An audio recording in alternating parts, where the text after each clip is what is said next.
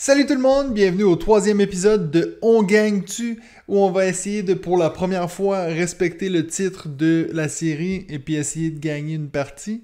Parce que oui, pour le moment, je suis 0 en 2. Donc aujourd'hui, on va jouer sur Board Game Arena à Trek 12 ou Trek 12. Donc, contrairement à Nidavellir, que je disais que j'étais très fort, et à It's a Wonderful World, que j'ai avoué que j'étais nul puis que je perdais tout le temps, Trek 12, je suis un peu entre les deux. Des fois, je fais des très bons scores, et puis des fois, je me plante totalement. Donc, on va voir ce que ça donne. Donc, si vous savez pas comment jouer à Trek 12, je vais un peu vous expliquer les règles en jouant. Vous allez voir, c'est hyper simple comme jeu.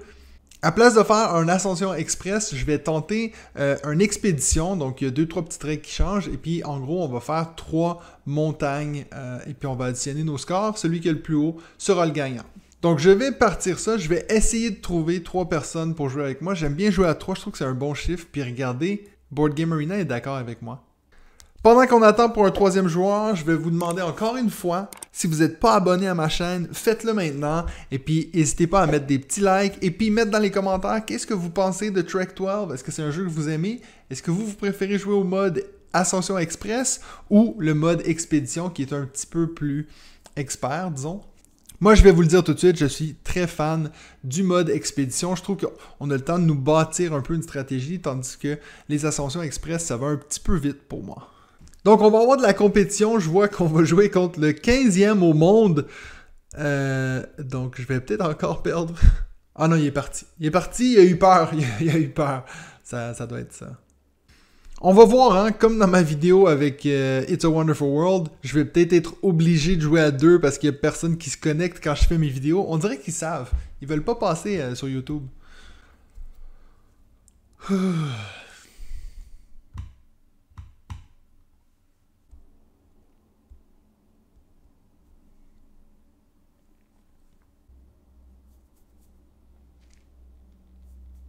Ouh, maintenant on a le 8e au monde. J'ai encore plus peur.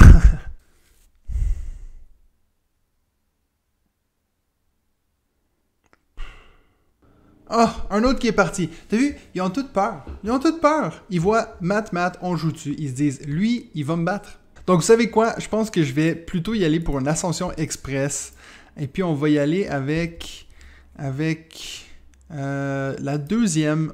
Tiens, on va pas faire la plus facile, hein? On n'a pas peur de personne. Donc, on va voir. Peut-être que ça va nous aider à trouver une partie plus rapidement. Donc, mon adversaire joue pour la première fois. Donc, je pense que là, on peut dire que je vais gagner, hein? Et puis, pour ceux qui vont dire « Ouais, mais t'es obligé de trouver un gars qui a jamais joué de sa vie pour gagner. » Ben, vous avez raison. Donc, pour ceux qui ne connaissent pas Trek 12, ce qu'il faut faire, en fait, c'est de placer des chiffres sur la montagne selon les 2 dés qu'on va lancer. Donc, soit on va prendre le plus haut, le plus petit des 2 dés, le plus haut des 2 dés, la différence entre les deux, ou on va les additionner, ou peut-être même les multiplier. Il faut faire attention, par contre, parce qu'on n'a pas le droit d'utiliser ces actions-là plus que 4 fois chaque. Donc, il faut s'assurer de bien optimiser nos actions. Une fois qu'on aura placé notre premier chiffre, tous les autres chiffres qu'on va devoir placer sur la carte devront toucher un chiffre qu'on a déjà mis. Ensuite, on va faire des points de 2 façons différentes, soit en ayant des zones, donc des chiffres identiques qui se touchent, donc comme c'est le cas ici, hein, mes 6, mes 5 et mes 4, ou en faisant une ligne. Donc comme vous voyez ici, 7, 6, 5, 4, ils se touchent toutes comme ça, et puis même je vais venir mettre un petit 3 ou... Ouais, je vais mettre un 3 ici. Donc maintenant, j'ai une ligne de 1, 2, 3, 4, 5.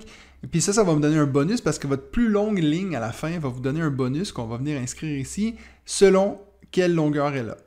Donc, encore une fois, comme je vous ai dit, je ne suis pas hyper bon à ce jeu, mais la façon que moi je joue, c'est que j'essaie toujours de faire une longue ligne qui va traverser la montagne et d'essayer d'y coller des zones à côté de celle-ci. Donc comme vous voyez, je suis en train de me faire ma longue ligne et en plus, j'ai mis des petites zones. Donc ça va me donner des points en plus. Les cases qui sont plus foncées comme celle-ci que vous voyez ici, ça veut dire que c'est des zones dangereuses et on ne peut pas mettre un chiffre qui est plus haut qu'un 6. Donc, quand on arrive vers la fin, comme c'est le cas maintenant, il faut faire attention pour ne pas laisser des cases qui sont rattachées à rien.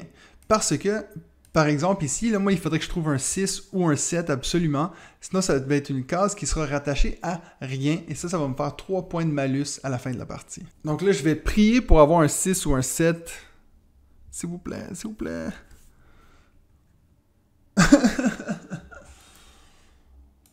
Donc ça va me faire un malus. Je vais perdre 3 points pour cette case-ci. Mon adversaire a pas ce problème-là, je crois. Donc moi, j'ai fini avec 78 et puis lui a fini avec 77. Donc j'ai gagné. Victoire de Matt. Enfin, ma première victoire à On Gagne-tu. Et puis ça a été par 1 point contre quelqu'un qui savait pas jouer. Donc à tous ceux qui diront que j'ai fait exprès de trouver quelqu'un qui a jamais joué de sa vie pour vous montrer que je suis capable de gagner, mais vous pensez que j'ai beaucoup plus de fierté que j'en ai.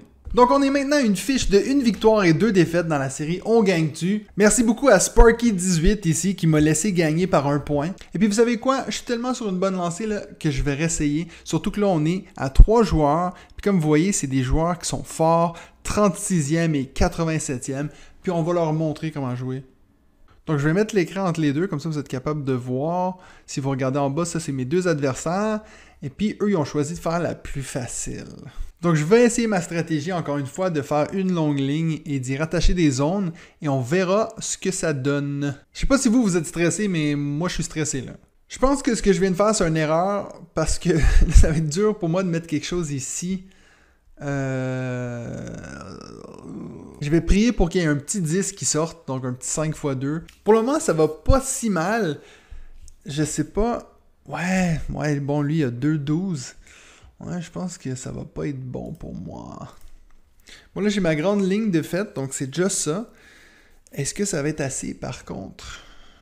Ça serait plus intelligent ici de mettre mon 6.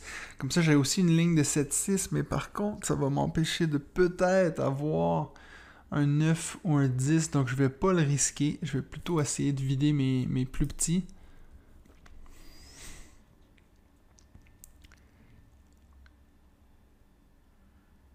Je suis toujours pas convaincu parce que je fais... Oh no! Donc je vais au moins sécuriser la zone qui est là.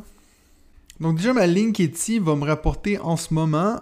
on est à 25 points. Donc c'est déjà ça. Au moins ça. Qu'est-ce que je fais? What do I do? Bon, je tente le tout pour le tout. Et j'aurais pas dû. Of course not. Je suis tellement con. Pourquoi j'ai fait ça? Bon, maintenant, la question est, est-ce que je sacrifie la case en haut ici ou celle en bas?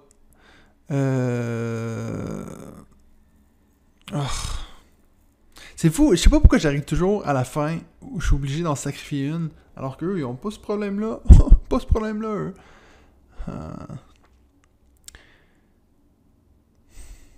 Bon, tant pis. J'aurais dû faire le contraire.